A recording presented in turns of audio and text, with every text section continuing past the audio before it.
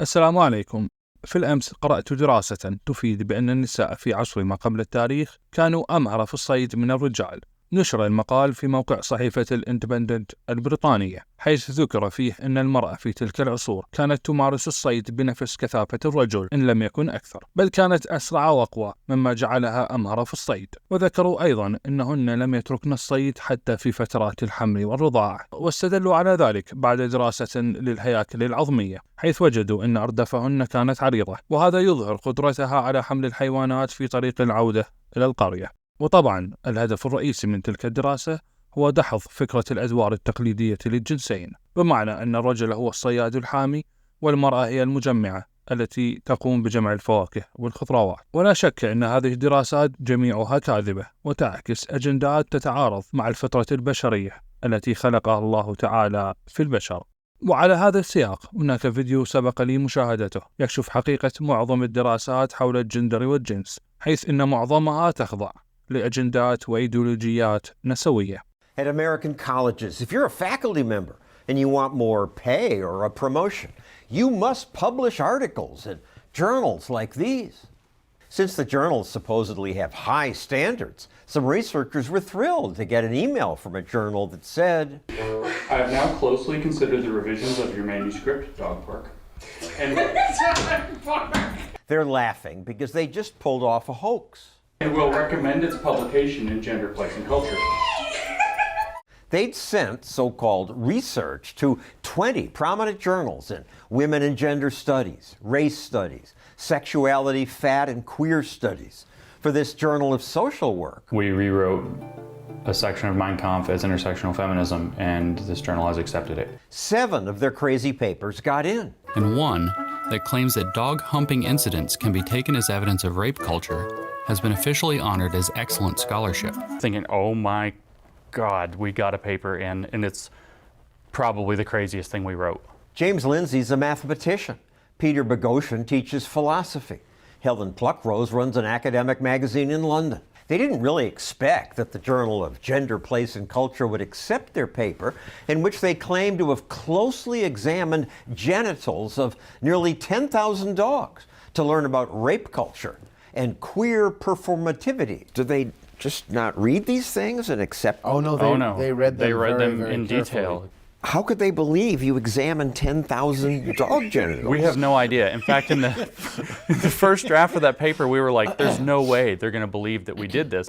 We think studying topics like gender, race, and sexuality is worthwhile, and getting it right is extremely important. They made this video to explain why they tested the journals. A culture has developed in which only certain conclusions are allowed, like those that make whiteness and masculinity problematic. Basically, it's not correct that there is such a thing as biological sex. Kind of a last straw happened. There was this paper, well funded by the National Science Foundation, that studied feminist glaciology. It said that glacier science is sexist. Because the majority of glaciological knowledge that we have today stems from knowledge created by men about men within existing masculinist stories. The paper's remedy?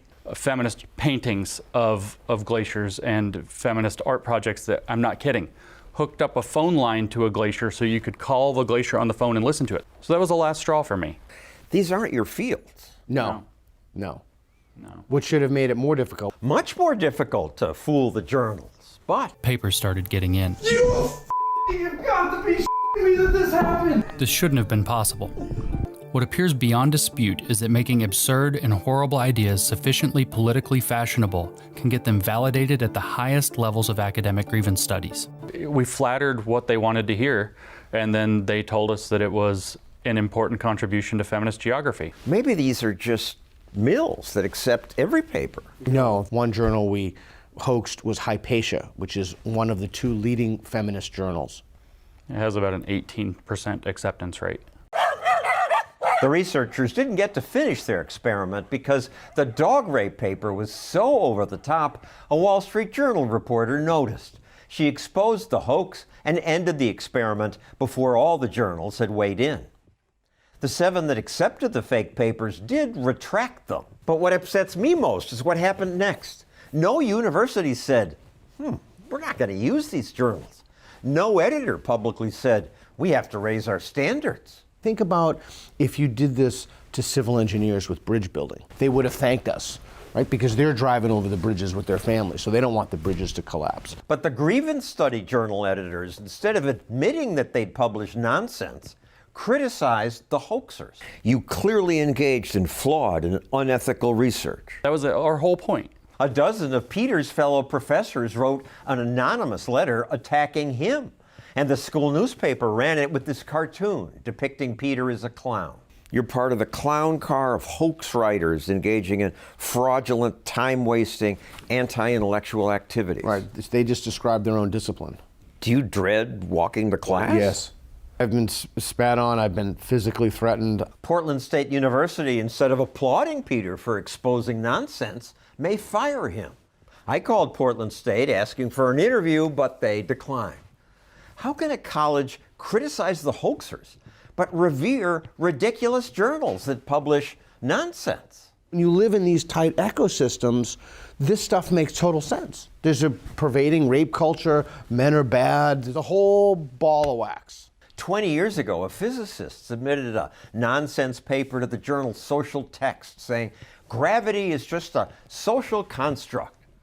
That embarrassed the journal. But Social Text is still going strong, and at universities, nothing really changed. The best I can tap into is that there's this kind of like religious architecture in their mind where privilege is sin. So you can come up with these really nasty arguments like, well, let's put white kids in chains on the floor. It's an educational opportunity. And if you frame it in terms of overcoming privilege, then it's right in. And anyone who dares criticize that must be a conservative hack, holding the same ideological position as the Trump administration's attack on trans rights. Maybe you are just conservative hacks looking to defend your white privilege. I don't think so. I've never voted for a Republican in my life. Nor have I. Actually, none of the hoaxers is conservative. My collaborators and I are left-wing academics who can now say with confidence, these people don't speak for us. The scholarship in these disciplines is utterly corrupted. They've placed an agenda before the truth.